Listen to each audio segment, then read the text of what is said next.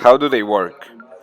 3D printers work through a process called additive manufacturing that prints material layer by layer and adding material during the process. It does it one layer at a time. Looking at me, I feel your eyes on me like you gotta have me. Watching every move, like it's Inputs. for you.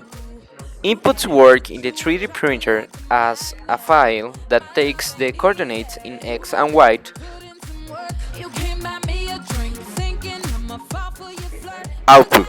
Make it right. You The gon' 3D make printer me creates a physical object crazy. of the 3D model Baby, treat me right. loop. Control Feedback It tells loops. the hardware what to do and verifies that the hardware is doing it properly. Communication devices.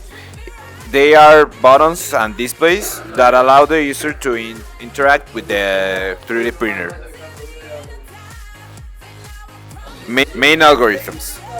The 3D printer needs a loop for the amount of layers needed, a map function that maps the object, each layer of the object, and a print option that prints each layer with the x and y coordinates.